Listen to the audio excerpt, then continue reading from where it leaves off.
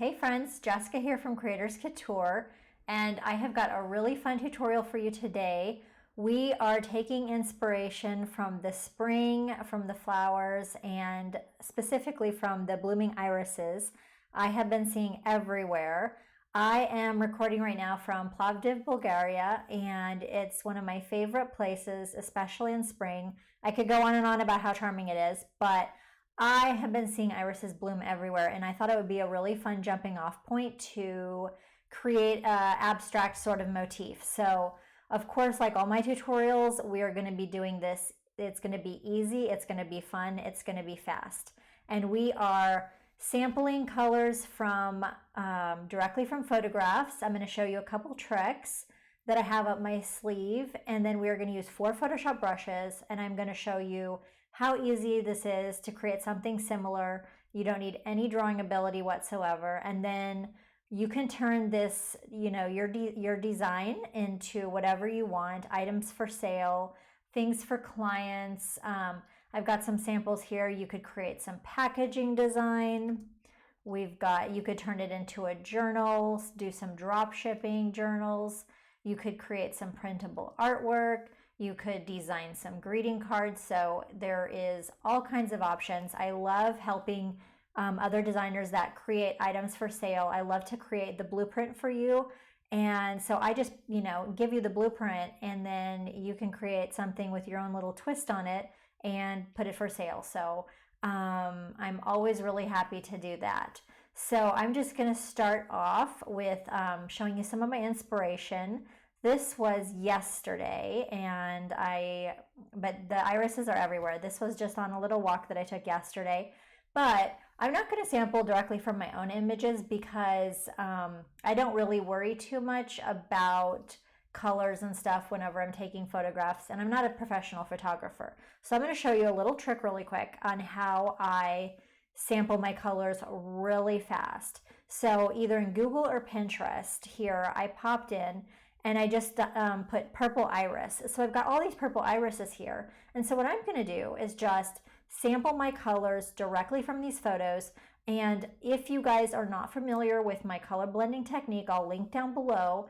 Most of you guys are, so I won't go over it. But we can sample colors directly from photos.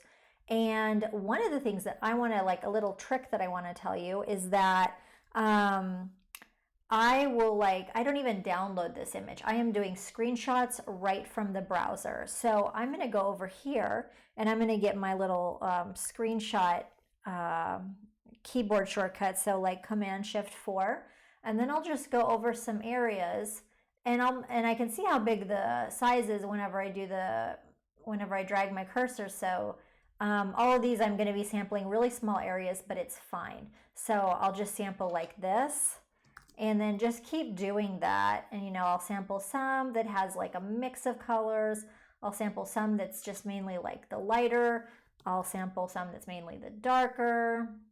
I sampled, kind of the orange that's in the center here. So I just went through and did that a bunch of times. And on my desktop, I'll have these little bitty samples of color. But it's amazing because you don't have to guess what color it is. You're sampling directly from the photograph, and it couldn't be easier. And so I just went through and did that. And so what I am going to, I'll show you here how I do that. So I'll just open my screenshots. But what's cool is if you are one of my subscribers, you can download the brushes and the colors that I already sampled. So you've just got the little kit ready to go. So I'll open these screenshots, and then I just go to Edit, Define Pattern, or I have a keyboard shortcut, Command-M. I don't rename them to save time. I just click OK. And so I do that for all of my things. But I've already done that, so I'm going to just show you my color palette up here. And so as you can see, I have got some, did I just sample this one? Oh, yeah, I think I did. Anyway, I'll just put this over here. So I have got all the colors that I've sampled. And as you can see, you've got all these different colors. And what's great is, of course, most of you guys are familiar. When you use the multicolor brushes, you have multicolors coming out of the brush stroke at the same time. So these are the ones that I sampled. I have this one that's like got a little bit of white in here. I sampled from one of my photographs that had some white flowers. And then I actually sampled a green. I pulled over a green color palette, mainly green, that was from my Romantic English Garden color palette. So this is the color palette for my project, my color blends. And one little trick that I will give you guys now is, say this is a design that you also need to, maybe you want to use some solid one color brush strokes, or you want a color palette. Well, I'm going to show you a little hack to like make things a little bit easier for you. So whether it's like here, looking in your pattern bank here, or up here, I'll just do it from the side here because I've got this nice little vertical strip. So I'm just previewing these colors that I've sampled for this project. And now what I'm going to do is I'm going to hit my Command-Shift-4 keyboard shortcut, and then I'm going to screenshot this, my little color palette, and I like that using it on this side because it's vertical. And now I'm just going to go to my desktop and open that up, and now I'm going to go to Window, Arrange, 2-up vertical. And so now I'm going to close that because we can't sample colors directly from those the pattern things over here. Let me put my demo over here. So, and then I can just adjust this here. But now what I've got is, in case I need some solid colors, I can click on my color palette or my color selector and just select over here, in case I need a background color and what have you. So that is really a little hack that might help you with your projects. And that way you don't need to like go through and select colors. You've just got it right there next to it, like a little sidebar palette. So I'm all about saving time, making things easier for you, working smarter, not harder. So you might find that helpful. I don't think I'm going to use a lot of solid colors now, so I'm just going to put that over here. So let's just go ahead and get started. But you know what? I'm going to go ahead and do the 2-up vertical workspaces because I want to have the original one and my reference next door to each other. So let's just shrink this a little bit so we kind of have our little reference, and let's give ourselves a little bit more room. So I've got this green background here, and I'm working on a artboard of like 1500 by 1500 pixels, so that's 5 by 5 inches, 300 dpi. And now I'm going to start with the iris. So I'm going to make a new layer, and then I'm going to get my pattern stamp tool. I'm going to get my Modern Impressionist brush 7. So these are the brushes that I'm using. Modern Impressionist Studio brush 7, Romantic English Garden brush 4, the Glitch Core brush 56 for a little pizzazz, and then finally I'm using the Galaxy brush number 3.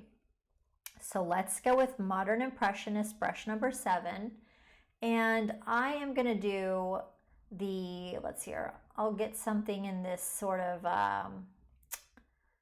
the pinky purple sort of lighter thing, and I'm going to start with the top of the iris.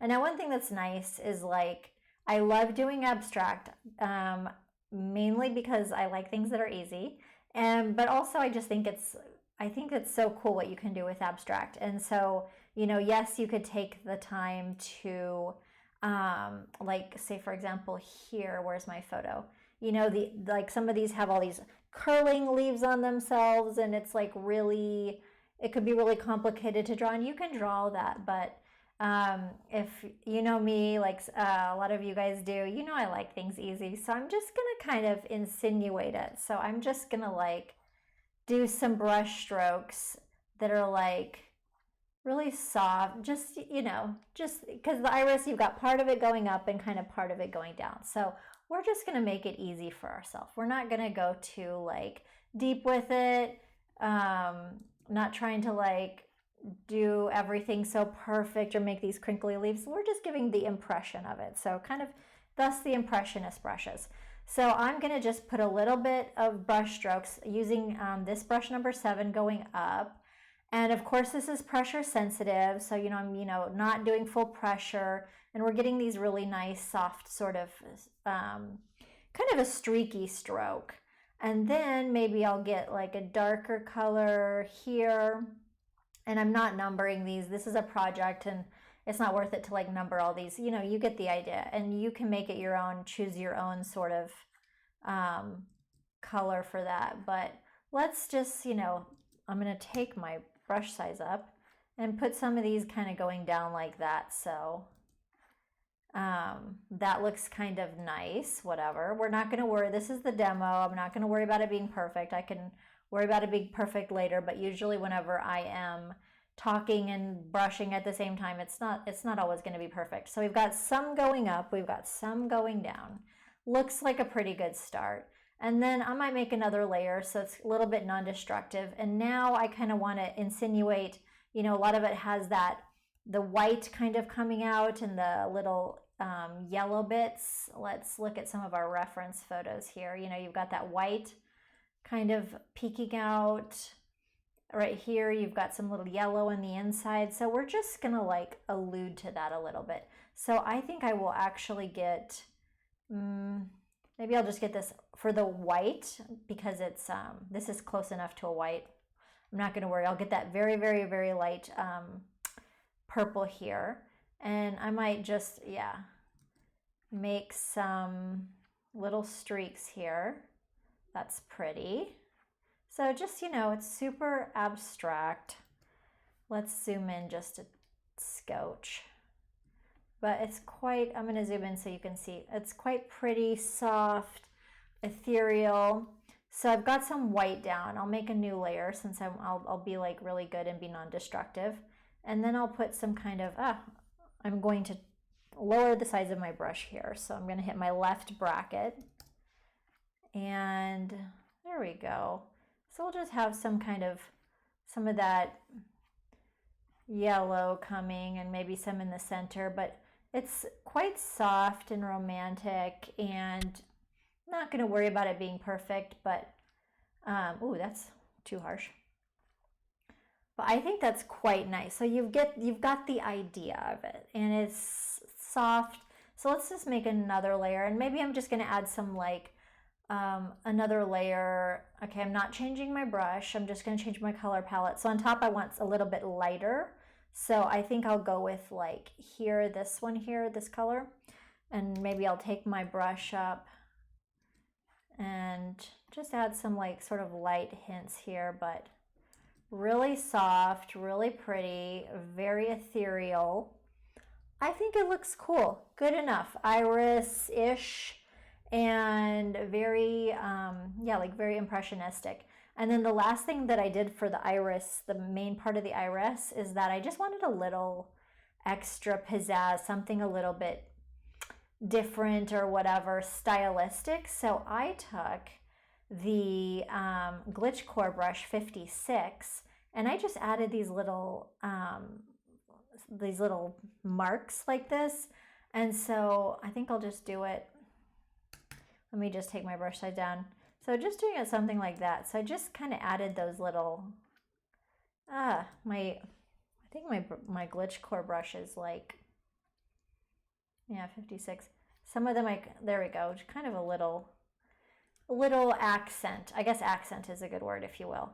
So I put a little accent there. So I'll put that there. It's not necessarily realistic. It's just cool. So let me get one that's kind of a pinky one. Maybe I'll turn up my brush size here and then just kind of maybe less pinky like this. So I just kind of added a little accent. It's kind of fun, whatever. But there we go. Looks okay, pretty good. So we get the idea. Here's the one that I drew before, really fast.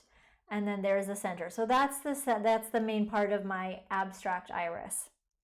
So now I'm just going to add a little extra to it here. So this is like our little reference over here.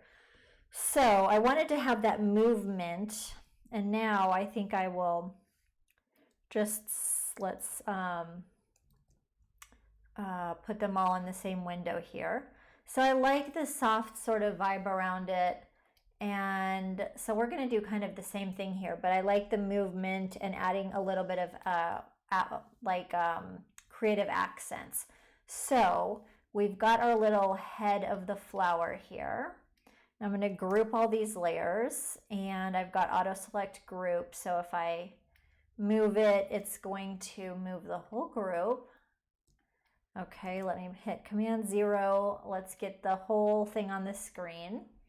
We'll just put this over here, and we'll just put it in the center. So now I'm just going to make a little quick stem here. And just to be lazy, I'm going to use the same brush, Modern Impressionist 7. And I'll just use this green that I have set aside from my Romantic English Garden collection. It's mainly green. Got brush number 7. I'm going to take the brush size quite down, and I'll just do something like this. Or even I think I might have done it in just one color to be, yeah, I know I did it in just one color. So let's just do it like that because I don't like this little thing that's happening here. So we're just going to go regular brush tool, not the pattern stamp like normal, Modern Impressionist 7, and then I'm going to go over here and sample this lighter green, and there we go. So I'm taking the brush size way down and just going to make a little like stem here, and even I can make some little leaves. It's kind of, sometimes it's, let's see if I did anything. Didn't do much there. So good enough, stemish, we're fine. And then now I wanted a little bit of this movement, this softness around here. So I'll put this above or below the stem, it doesn't really matter. Now we are going to go back to the pattern stamp tool. We're sticking with this color palette that I pulled out. You know, it's just kind of like a bush sort of inspired palette, greens, some variations. And now we're going to use Romantic English Garden brush number 4. So if I do it like this, if I push down hard, it's quite strong. This is the brush. And it's kind of a good brush for like shrubbery, something to imitate greenery, what have you. Like, because that whole English Garden brush collection is like very inspired by, what do we call it? Like greenery, trees, bushes, flowers, whatever. But if I go really light, it's still kind of wide. So what I think I'm going to go ahead and do is turn down the flow. Yeah. So it's really, oh no, you know what? I didn't use this because I wanted that movement. And this brush is more like shrubby, you know, like I said. So actually what I did, now I remember, I used brush number 7 because that's got that really directional stroke, and because I wanted this movement around the plant. So that's why, because if I just use it at full flow and I go really light, it's got that streaky, but it's a little bit too much. It's a little bit too drama. So I'm going to take the flow down to like, oh, I don't know, 7. Let's just play around with it, 9. And so then that's what I did. Okay. So I just kind of went around, and it just gives this soft sort of movement here. So I kind of just went around and did that sort of, these sort of streaky sort of movements here. And you can kind of, you know, just play with it how you want. You can use this as like, you know, say if you were making a quote graphic for something, you could put, I'm not really worried too much about composition here. I just want to give you guys the ideas. But like, say if you were making a quote graphic or something, you know, you could put the irises on either side and then have that movement kind of going around it. And then you have the quote graphic in the middle. So, you know, it's different things you can do with it. But anyway, let me just go ahead. I don't need that anymore. So I kind of like the how it turned out here a bit better, but I can just keep filling it in. I've got a low flow, so that's cool. And so we're just gonna go like that, whatever. Now I actually want, and I think that looks better now. Now we're getting more to it, a little bit more symmetrical anyway.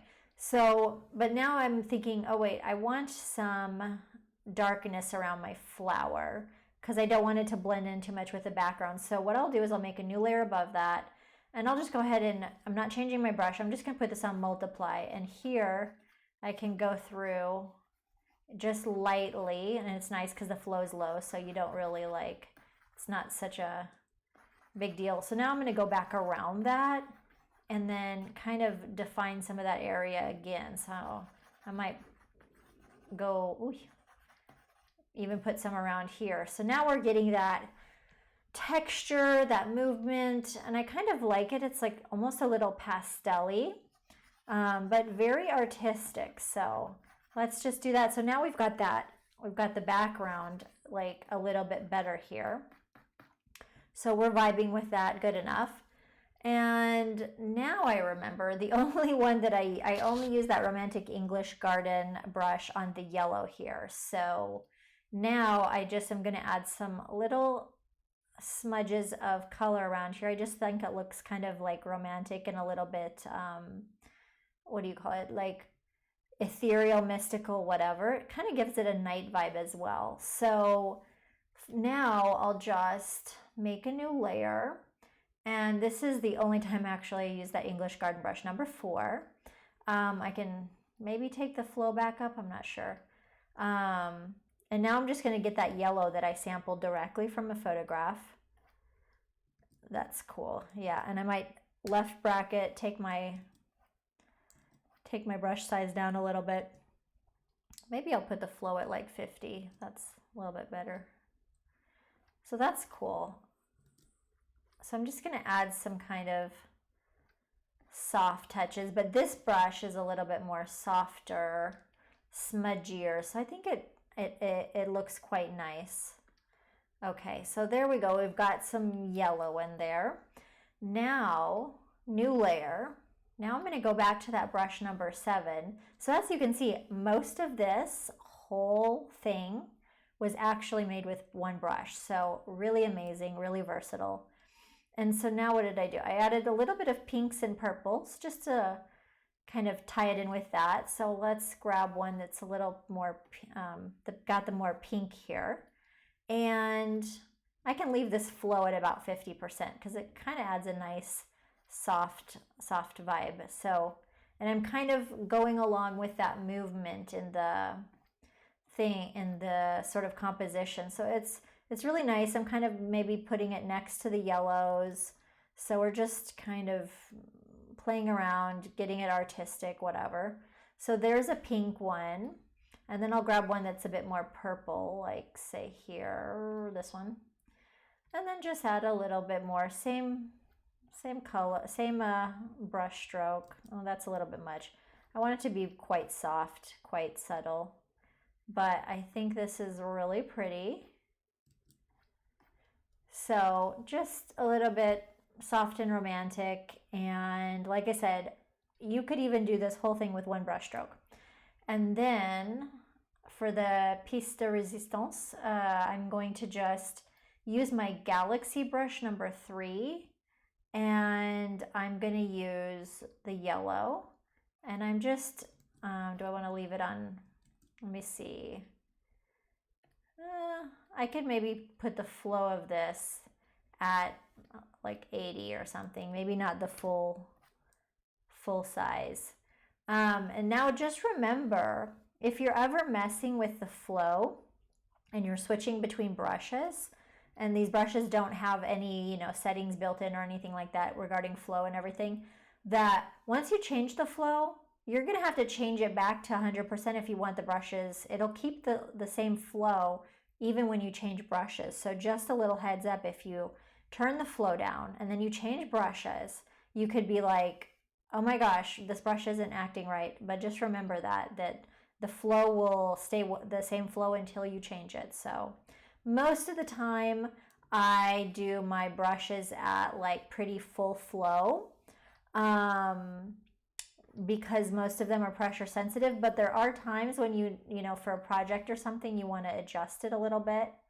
So just that's a little tip from me to you. And I think this one is actually looking a little bit better. I mean, I made this very fast. Obviously, I didn't the one that I made before. I just get a little idea and I just want to share it with you, so I don't really worry about being perfect. So normally I joke that this one is what you ordered and this is what comes on Wish, but this one is actually a little bit better. And it's just got a very nice night vibe, a little romantic sort of vibe.